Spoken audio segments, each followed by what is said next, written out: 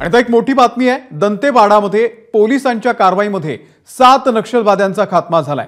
नक्षल विरोधी सर्च ऑपरेशनच्या दरम्यान आज सकाळपासून ही कारवाई सुरू होती। नारायणपूर, दंतेवाडा, जगदलपूर त्यासोबतच कोंडागाव या ठिकाणी हे ऑपरेशन सुरू आहे। डीआरजी, एसटीएफ आणि सीआरपीएफची ही संयुक्त कारवाई आहे। दंतेवाडाचे पोलीस अधीक्षक गौरव राय यांनी या चकमकीची माहिती दिलेली आहे। तर दंतेवाडामध्ये पोलिसांच्या कारवाईमध्ये 7 नक्षलवाद्यांचा खात्मा झालाय। नक्षल विरोधी सर्च ऑपरेशनच्या दरम्यान आज सकाळपासून ही कारवाई सुरू होती। डीआरजी, एसटीएफ आणि सीआरपीएफनं संयुक्तपणे ही कारवाई केली।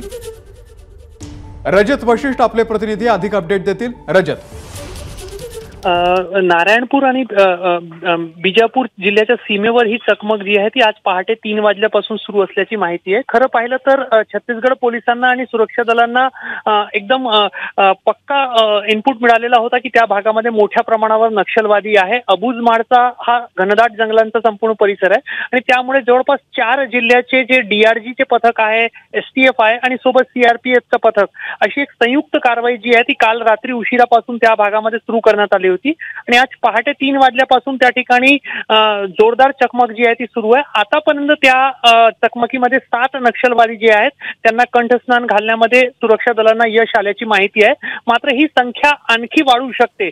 दरम्यान अद्यापपर्यंत छत्तीसगड पोलीस किंवा सुरक्षा दलांचा, सीआरपीएफचा कुठलाही नुकसान झाल्याची माहिती नाहीये। सर्व वरिष्ठ अधिकारी या चकमकीमध्ये व्यस्त असल्यामुळे अधिकारिक दुजोरा मिळत नाहीये।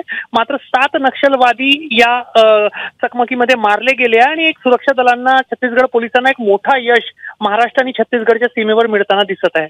निश्चित रजत, धन्यवाद दिलेल्या या माहितीबद्दल। एबीपी माझा, उघडा डोळे बघा नीट।